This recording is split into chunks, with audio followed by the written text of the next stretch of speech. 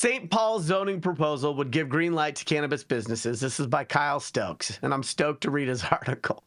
The St. Paul City Council is considering new rules that would give 90% of the city's current retail space to cannabis, that would open 90% of the city's current retail space to cannabis shops. And why this matters: permissive zoning proposal is a sign that St. Paul leaders intend to roll out the welcome mat to marijuana businesses. Officials hope they can cash in on a potential $1.5 billion market when the state begins issuing licenses early next year. The big picture: Minnesota doesn't allow cities to ban cannabis businesses, but cities can limit where and how many businesses to allow within their borders. Would-be entrepreneurs are anxious that strict zoning rules would wall off large portions of cities, cannabis attorney Lilo Fati told Axios. What they're saying: Fati, who helped craft Minnesota's new cannabis law, is particularly pleased with St. Paul's draft ordinance, calling it responsible but permissive. They're really recognizing the economic opportunity that's created by these businesses. The fine print: St. Paul's zoning proposal would prevent dispensaries within 300 feet of a school, except downtown, where they'd be allowed anywhere. Under state law, the city could be more restrictive, with buffer zones of 1,000 feet around schools and 500 feet around parks and daycare centers. Enacting the maximum buffer zone would make 63% of St. Paul's retail parcels off limits to cannabis, city officials said. So instead, the city's proposal would make only 10% of current retail spaces off limit. Plus, St. Paul's rules would allow micro businesses, the marijuana equivalent of a microbrewery, with both cannabis cultivation and sale on site along commercial corridors. While Fatih expects many suburbs to be less welcoming in their zoning laws, even Minneapolis may not go so far as St. Paul in allowing the micro businesses. An early draft of the Minneapolis rules would limit cannabis cultivation only to the city's heavy industrial neighborhoods. Critics argue St. Paul should have taken a more cautious approach. In a letter to city officials, the Association for Non-Smokers alleged, so I guess edible consumers could join that association. The Association for Non-Smokers argued for more zoning restrictions on cannabis businesses, at least as long as city and state officials are working out the regulatory kinks.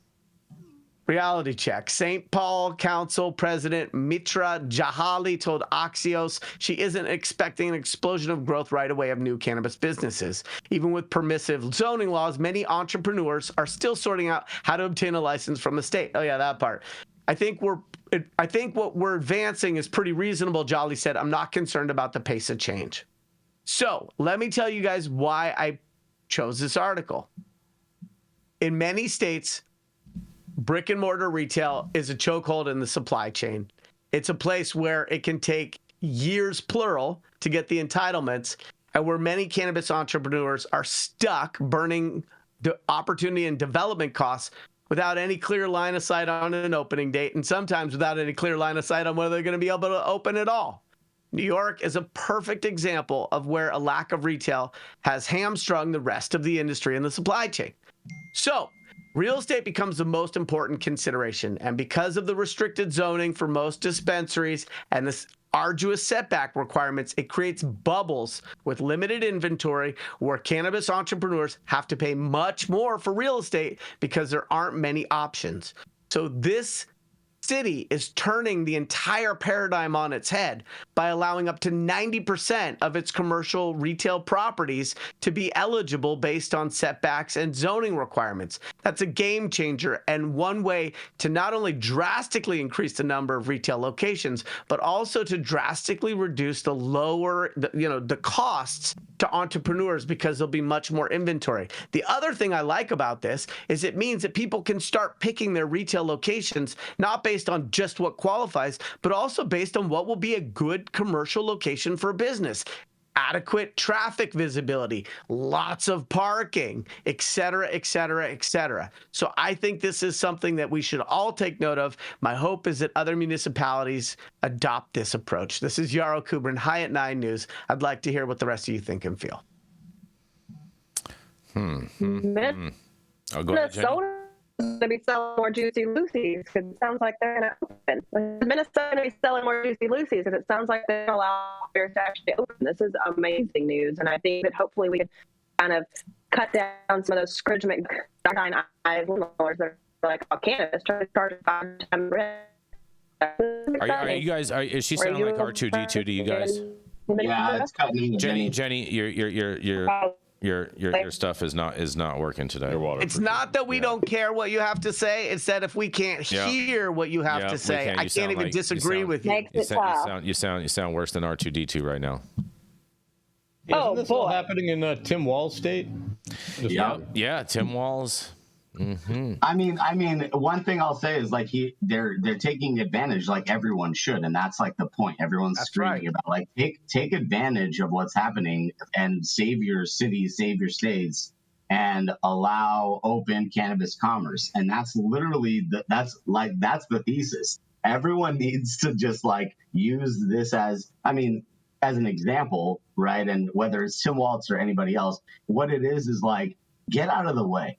Get out of the way and save yourself the heartache, put money back in your coffers, save your states so that you guys can actually have some power to move forward all of the things that are necessary in the next 4, 8, 12 years to improve your city's infrastructures and to do all that. It's not going to happen without cannabis, period. Point blank, cannabis is the economic driver. Everyone needs to understand that. It's not Bitcoin mining. It's not oil and gas, it's cannabis. Why? Because there's really not that big of an impact to infrastructure. They're like in Colorado, for instance, when cannabis became legalized medically, it was 2008. What happened in 2008 and 2009 in this country? We had a huge, real estate and economic depression and recession, and like all these commercial real estate buildings were open and available, and they needed tenants. And so in Colorado, they took full advantage of that in the very beginning and were leasing these, empty warehouses to cannabis operators who were improving the infrastructure, adding to electrical infrastructure, adding to the wastewater, adding a lot of, jobs. I know that's a key topic right now in an election run, but it's like, that's the truth. And people can't lose sight of that. Cannabis is everything that it's, poised to be, and everything that you've heard about. You just, get out of the way. Stop being such a, staunch opposer of the, cannabis movement and the things that it can do economically for yourself. Oh, you're exactly right. If all of these folks would just get out of the fucking way, this could be a thriving industry. It's so difficult to make money with all of the bullshit regulations and the overtaxing. If these folks that have their hand out, don't know what they're doing, can't look at other states' successes and failures, and make some rules, you're right. Just get out of the fucking way. Out of the fucking way.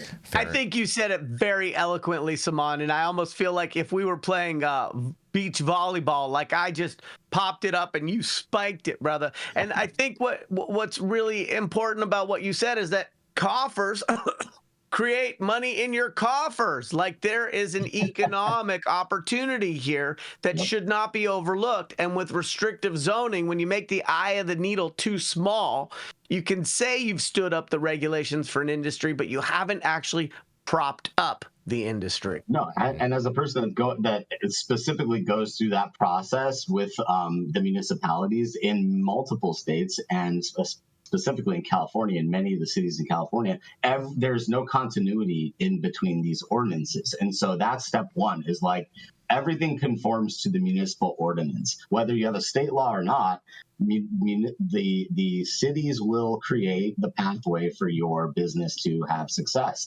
and for you to open your business. And you have to go through the rigmarole, which in California and in a lot of places, it's a conditional use permit process, which triggers a bunch of external and additional California Environmental Quality Act stuff, and you have to do a lot of additional steps to get your business open. Not every state does this, and not every not every city in every state, does the same thing. But that's part of the problem. And the hoops you have to jump through are different. But generally, you have to work with the city, go through the planning department, go through a planning hearing to get this approved and moved forward. And as Yarrow said, the entitlement process can take years in some cases, and it's a lot of red tape, and it's a lot of meeting, and it's a lot of, telling the story over and over and over and over and over again until you're blue in the face, just to finally, get approved under the same, conditions and with the same information as you previously had